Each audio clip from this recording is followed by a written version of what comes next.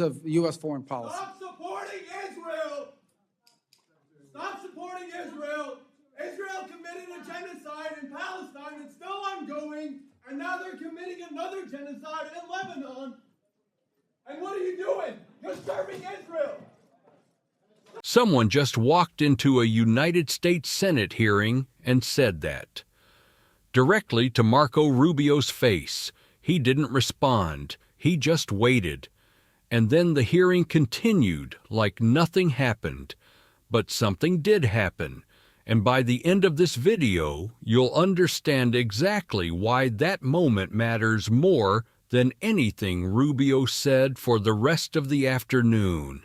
Israeli military strikes have escalated despite the ceasefire, pushing the total death toll to nearly 73,000. That number, 73,000, was read into the congressional record, not by a journalist, not by an activist, by a sitting United States Senator, directly across from the Secretary of State, and it was the opening number, the number before the questions even started. Because what came next was a series of questions that Rubio had no clean answers to, and this hearing proved it one exchange at a time. Late last week, Prime Minister Netanyahu ordered the IDF to seize 70% of Gaza in complete violation of the ceasefire agreement. So, Secretary, the State Department must take the lead for the U.S. implementing the president's 20-point plan. What is the status of implementation? What progress should we expect to see in the next few weeks? What is your response to Prime Minister Netanyahu's directive? 3 questions, delivered one after another. First, what is the status of the 20-point plan? Second, what progress should we expect in the coming weeks? Third, what is your response to Netanyahu ordering the IDF to seize 70% of Gaza in direct violation of the ceasefire? 3 questions, clear, specific, on the record. Now watch how Rubio handled them. You're talking on Gaza? Yes. Yes, okay. So, well, because you started out talking about Iran. So let me just... He needed a moment to confirm the topic. The Secretary of State, in a hearing called to discuss Gaza, needed to confirm they were talking about Gaza. That is how this started. First, let me just say I disagree. I said in the meantime, the Trump administration seems to have forgotten about the crisis in Gaza. No, no one's forgotten about it. I think luckily there's not active combat operations happening of the kind that we saw a few months ago, but it's still a challenge that we're going to work through. I just wanted to correct the record for a second. You said we had not achieved our stated aim, and I know you went through it. And His first move was not to answer. His first move was to correct her framing. She said the administration had forgotten Gaza. He said, no one has forgotten. And then he said, luckily, there are no active combat operations of the kind we saw a few months ago. Luckily, that was the word he chose. With 73,000 dead on the record, with Netanyahu's 70% directive still unanswered. His first word was luckily. Then he said, it's still a challenge we're going to work through. No timeline, no specifics, just we're going to work through it. your opening statement. No, if you don't mind, I have a limited time for questioning, Mr. Secretary. No, but you gave My a long question, introduction, and then now you're going to answer some of these things? No, They just well, get I to want to sit get there? to Gaza. I want to get to the 20-point plan, which is what my question is about implementing gave a the speech 20-point first. plan. What is the status of implementation? She stopped him. She said, I have limited time. He pushed back, said she gave a long introduction, so he should be allowed to respond to it. She didn't engage with that. She came back. Same questions. Again, status of the plan, progress timeline, because he still hadn't answered either of them. So she asked again. Watch what happened the second time. Let me first start with the status. We are now at a phase where we should be having or want to have an international stabilization force that goes in and provides the security. This requires the demilitarization of Hamas, which right now they have not been willing to meet the conditions necessary. By the way, it's not just the United States that's complaining about it. Many of our partners in the region are pressuring Hamas to enter the... So the answer to what is the status of the plan was this: we want an international stabilization force, but Hamas hasn't demilitarized, so we can't move forward. Regional partners are pressuring Hamas, but Hamas hasn't moved. That was the status update. After months of negotiations, after a ceasefire agreement, after a 20-point plan was announced to the world, the status update was Hamas hasn't demilitarized, so we're waiting. No force is in place. No timeline was given. Just, we're waiting on Hamas.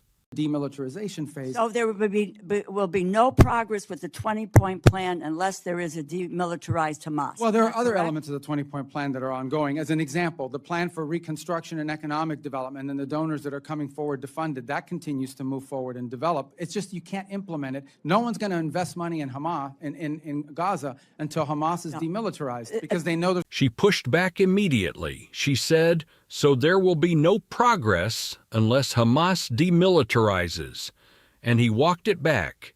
He said there are other elements moving forward. Reconstruction planning, donors coming forward. But then, in the very next sentence, he said, you can't implement any of it. No one will invest until Hamas is demilitarized because they know there will be another war. So he gave two answers that contradict each other in the same response. The plan is moving forward, but you can't implement it. Both of those things cannot be true at the same time. And she caught it, and she kept going. going to be another war. These They're 20 points were to be moving, I would think, and moving along with various phases of implementation as we go along here. In terms of also humanitarian aid, it is all laid out, but as I said, there are only two that have been apparently implemented. No. That is with 72 hours of the hostages will be released. So Netanyahu's directive, IDF sees 70% of Gaza. Just She gave him the opening. 4 words, just your view. She wasn't asking for a policy document. She wasn't asking for a legal framework.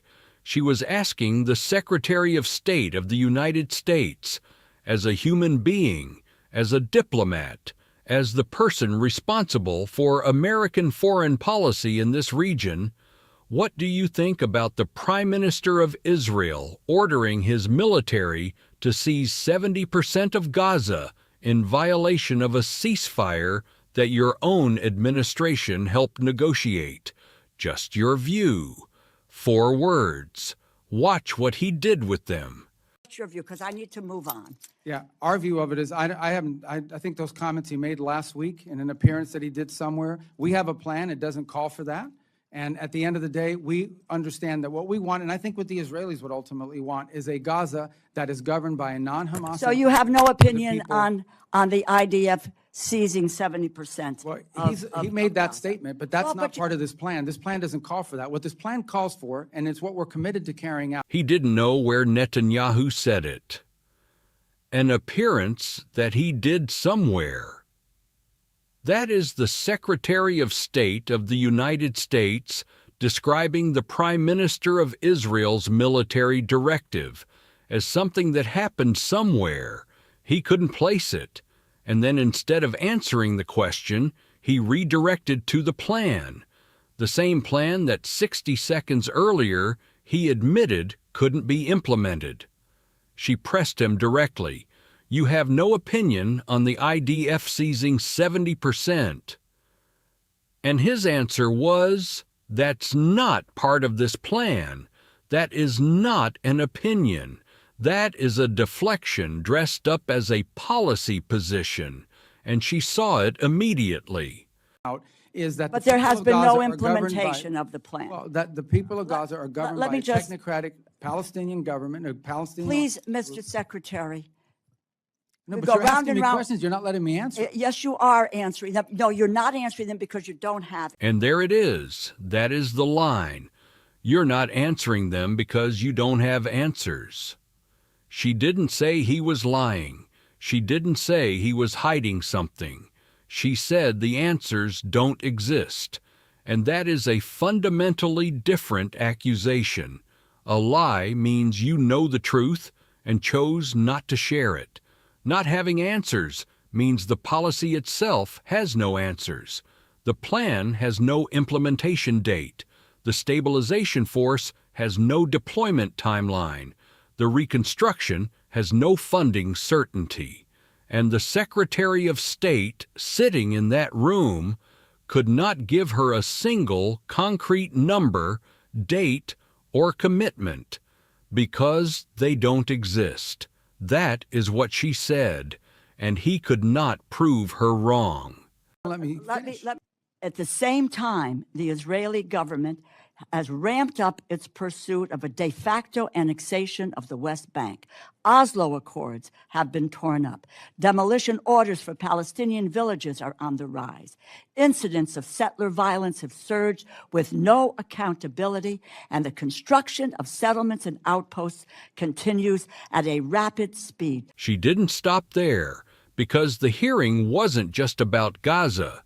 She went to the West Bank, Oslo, demolished villages, settler violence with no accountability, settlement construction accelerating. Each one of those items is documented. Each one of these items is on the congressional record now, and she placed them there one by one because she knew what was coming. She was building to a final question, and she needed everything on the record before she asked it. Do you believe that the situation in the West Bank is one that leads to greater cooperation between Israelis and Palestinians, or will create conditions for a two-state solution and promote Israel's two-state solution, in my view, will promote Israel's long-term? As the president has stated clearly and repeatedly, he is not in favor of these changes or the changes in the status in the West Bank, that it potentially complicates our ability to work out the deal in Gaza as thank well. you. And the president's been consistent. He has said this multiple times, and we've shared that with our Israeli counterparts as well. She asked him whether the current trajectory in the West Bank leads toward peace or away from it. That was the question, a direct, simple, binary question. Does what is happening in the West Bank right now move us closer to a two-state solution or further from it? And his answer was, the president has stated clearly and repeatedly that he is not in favor of these changes. We have shared that with our Israeli counterparts. That is not an answer to the question she asked. She asked about direction. He answered with a statement about the president's position. Those are not the same thing, and this is the pattern that ran through every single exchange in this hearing. Question about direction, answer about position. Question about implementation, answer about intent. Question about accountability, answer about process. She asked what is happening. He told her what the policy says should happen, and those two things, in this hearing, on this topic, about this region, are not the same. They have not been the same for months, and based on everything you just watched in that room, no one in that building had a clear answer for when they would be.